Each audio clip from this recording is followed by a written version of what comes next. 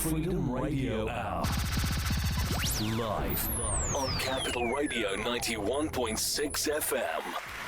All right, everybody. Welcome to another edition of the Freedom Radio Hour. I'm your host, DJ Adam Cruz, and I have my fantastic co-host here, Eddie Nicholas. What up, beautiful people? Welcome to 91.6 FM, the heartbeat of Sudan. What are we talking about today, Mr. Cruz? Because I know you just have such a plethora of things. I know. I feel like it's a crazy time right now. Well, first, let me let our listeners and our viewers know what's going on. Not only here at the Freedom Radio Hour, you can get fantastic music, but don't forget, the Freedom Radio Hour is here to be your number one source for music, business, news, and trends from around the globe. So a quick recap of what's happening right now in the new year. So the CRB, which is that Copyright Royalty Board, they, at the end of 2015, increased their royalty rates to deal with small-time webcasters. Okay? Now, before the change, it used to be that they would pay 0.0014. Now, after this new change, now they have to pay 0.0017. When is it going to get to just a penny? My God. Well, because let me tell you, you're never going to get to a penny. I just never knew that you could dissect a penny like that. Well, let me tell you something. You're never going to get to $1 because just from the shift from 0.0014 to 0.0017, companies are folding left and right. Live 365, they closed their doors. You have Apple Music. See, Apple, they have their subscription service, but you used to be able just to listen to iTunes Radio without have to get into the subscription model that is Apple Music. Well, due to these royalty rates changes, they closed their doors. So now iTunes Radio has ceased to exist in favor of the subscription. Now, if you buy into Apple Music subscription, you can get access to all that you can't get access to now. But these royalty rates really do affect things. So I laugh when you tell me they need to be paying 25%. These jokers can't pay. But see what they're saying is that 0.0017, that's not even as much as they make in total when you consider everything else that costs to make a company work. So they're saying you're asking us webcasters to close our doors when you change it even at that fraction of a rate. Now, if they were trying to say, let's get down to 0.0011, a flat rate, so that either way, terrestrial radio or webcasting or whatever, it'll all be kind of the same. And they could be more competitive so that they could offer more to the end user. You and I are like, Music labels like us wanted upwards of 0.0025 or 0.0029. That's as high as we can kind of lobby for. But that didn't work out at all because the federal courts is what decides all this, and we only got to 0.0017. We're fighting over a fraction. Right, this is considered a thousandth of a penny. A thousandth. I can't even say that. I know. I can't. Well, and you know, and it just boggles my mind because some of these companies had made millions and billions of dollars. Where's all that money coming from? And you're paying people a fraction of a penny. That's just crazy. What this is like Pandora boasts basically billions of dollars in profits, but then they do the year-to-year projections where how much they make and is decreasing over time. That's how these big conglomerates do it. They do it based on how much they're losing annually based on these current business models, and they decide to shift and shuffle around. Case in point, this company iHeart Media, they're behind iHeart Radio. You know, there was like a big outfit here in the U.S. that was promoting iHeart Radio all over the world, and every radio station, terrestrial or not, was saying, go download the iHeart Radio app and you can get access to all of these different radio stations. Well, iHeart Media right now is in the process of dealing with more than $20 billion in debt. Of electronic money. Yes. Oh, well, yeah. Well, there's a lot of money out there that they need to be paying. So they don't have that cash at hand, if you can imagine. Okay, see, that's what gets me. Okay, talk about it. Because you're talking about all this money that they are in debt, but yet, or that they've made, but yet when it comes to the nitty-gritty of putting your hands on it, they can't put their hands on it. Well, this is a very, very convoluted situation. Yes, iHeart Media convoluted. is dealing with this $20 billion debt. They're trying to come from under that. So the way they do it in this world is they're trying to shift assets. They have healthy divisions of their corporation and weak divisions of their corporation. So what they're trying to do is use their bonds and unsecured notes. So wait a minute. Again, I'm sorry for disrupting you, but you mean to tell me that company is a $1 billion company? It's a $1 billion company who happens to be $20 billion in debt. We're going to take a break. When we come back, we're going to break down more about iHeart, our media, and what they're doing to deal with this debt. And we're also going to break down what's happening with songwriters' money as it relates to streaming media. Will there be songwriting in the future if we continue at the pace that we're continuing? Right here, where? 91.6 FM. I am just before. Freedom Radio Hour, y'all. Freedom Radio Hour. Live on Capital Radio 91.6 FM. What up, beautiful people, and welcome back to Freedom Radio 91.6 FM. My name is Eddie Nicholas, and I'm so glad that you have joined us for the Heartbeat of Sedan. I'm sitting here with my fantastic co-host, the one and only Mr. Adam Cruz, and you're live and direct right here at the Freedom Radio Hour. We're your number one source for music business news and trends from around the globe. Before we broke, we were talking about the implications of the increased royalty rates that the CRB imposed at the end of 2015. Recap, they changed their rates, increased it from 0.0014 that webcasters have to pay out to now they have to pay out 0.0017. Now that's considered a thousandth of a penny. Now that might be crazy when you imagine how little that is in the grand scheme of things, but for companies like Live 365, it spelled the end of their company. See, companies like them and Pandora and others are saying that when you're going up to 0.0017 per song per play, that's the entirety of what we're making when you break it down. Now Eddie's rolling his eyes because he's like, listen, you wouldn't have had a business to complain about if it were not for the music creators like us to feed you the content.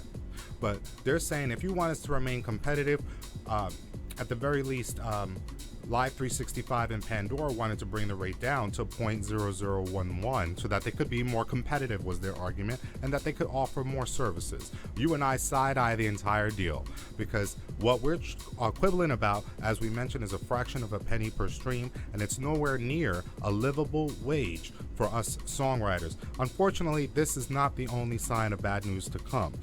Right now, at thefreedomradiohour.com, click on all the articles that we're posting, but we have a very interesting one that begs the question, is streaming music killing songwriting?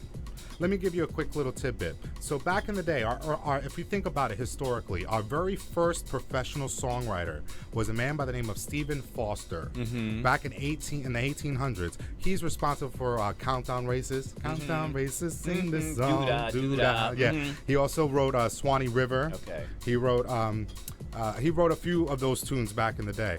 Well, those old Negro songs, as they called them, little coon songs back then. They used to say the little minstrel songs. Let's be real.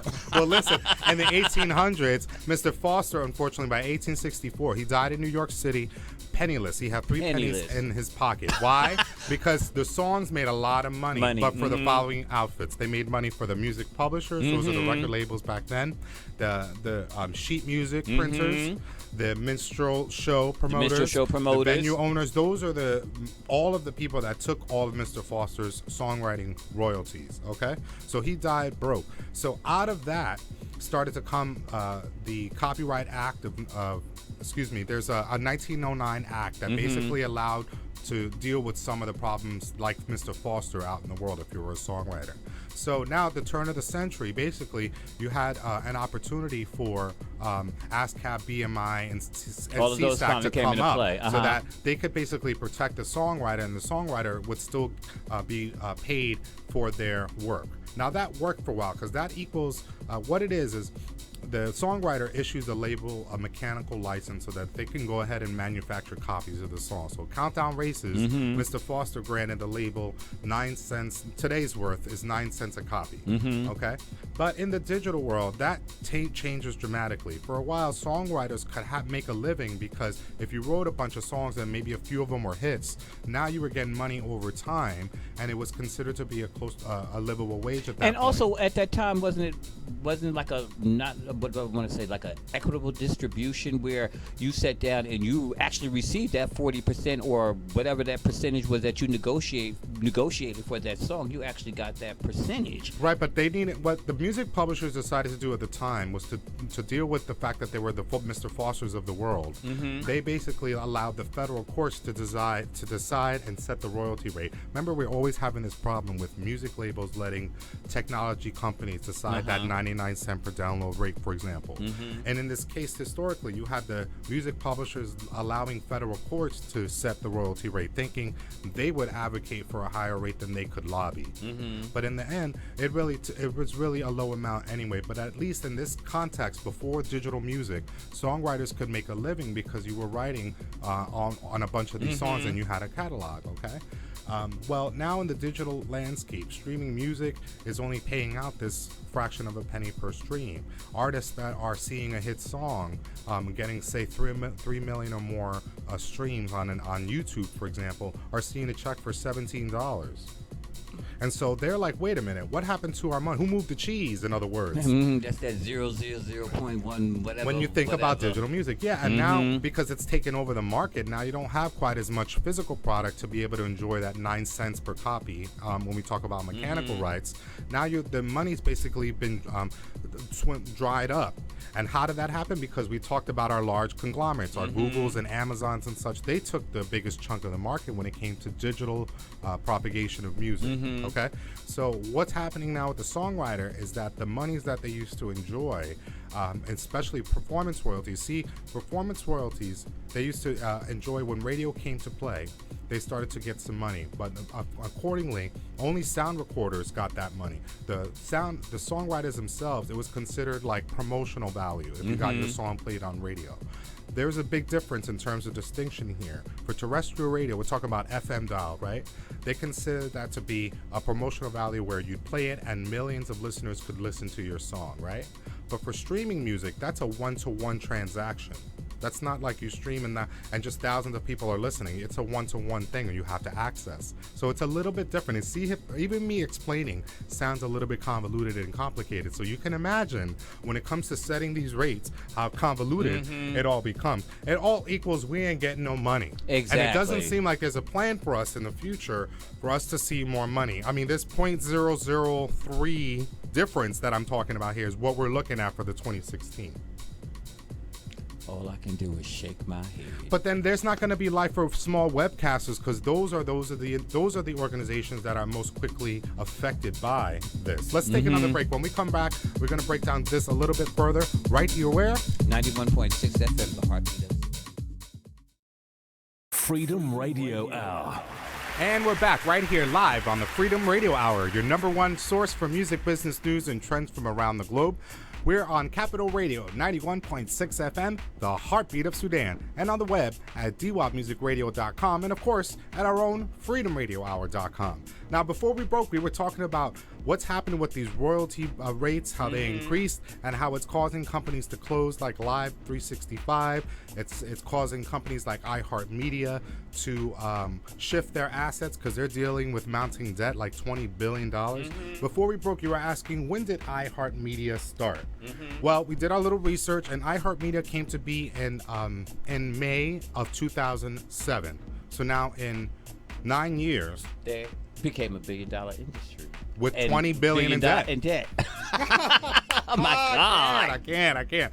Well, that's what's happening with them, but they're not the only company looking to be sold or looking to switch or shift their assets. Pandora, the company we've been talking about for a while, is also affected in part by the royalty rate changes of the new year.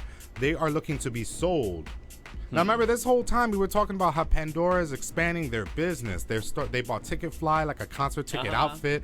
They bought like tracking assessment tools for artists and such, and they were hoping to take a bite out of the competition by offering original programming, trying to be like a subscription model, like a Spotify or Apple, because Pandora is that kind of radio where you just listen to what's there. You could like something or you could tap into something, but you can't just search any old song. It's whatever comes up in the docket, so to speak.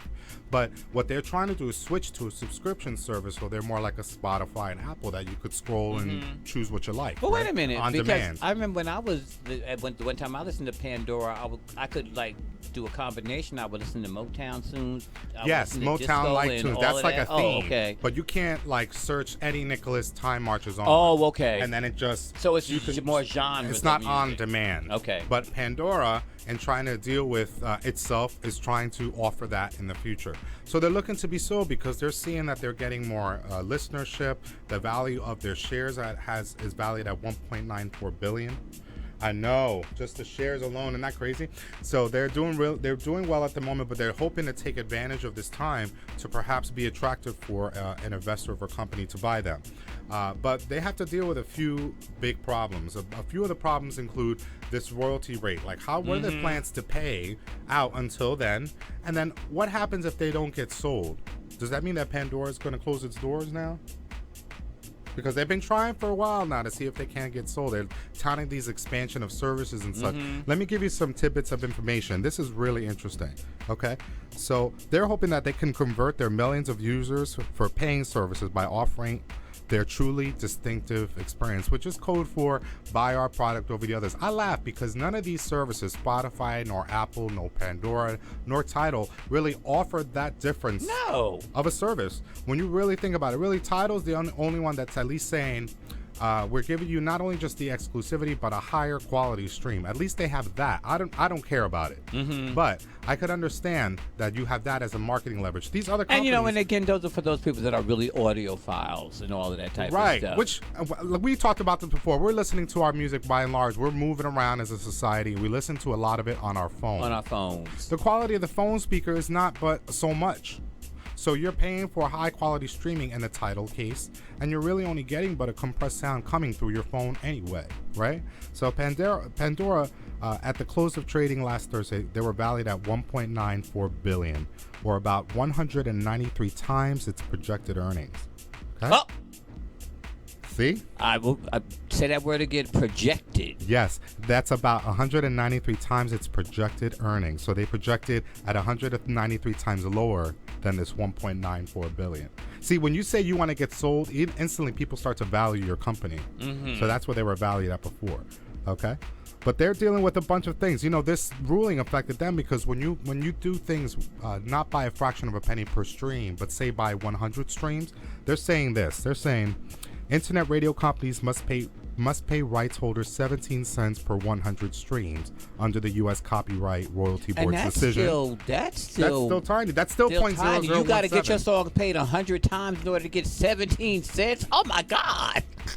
What is that going by? But it's interesting because even days after that ruling, Pandora reached licensing agreements with songwriting groups ASCAP and BMI, cementing its access to more than 20 billion songs for several years. So what I'm saying is, everybody's not on the same page, nor are they on the same table, nor are they even talking in the same way.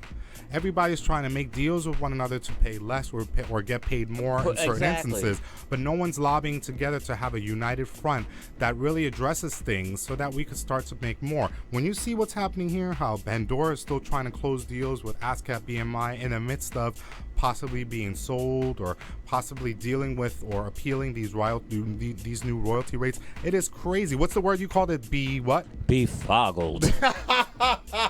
Yes, we are befogged up in here. That means there's a lot of fog and a lot of bee. Okay. Well, that's all the time we have for today. Thank you so much for tuning in to the Freedom Radio Hour. Again, we're your #1 source for music, business news, and trends from around the globe. Make sure you check out freedomradiohour.com. Make sure you check out EddieNicholas.com. www.eddienicholas.com. That's right. He has his Do You Want to Dance EP coming up, or LP coming up. He also has a new single, One Time, available right now. And of course, yours truly with the Freedom album out everywhere now. Search me out on iTunes and Amazon, and of course at djadamcruz.com. Shout out to all our listeners and our viewers from us at Capital Radio 91.6 and to our DWAB Music Radio family and our Freedom Radio Hour family. We thank you so much. Have a good time. Have a good Peace weekend. out. See you next time. Peace. Boom, boom, boom, boom, boom, boom.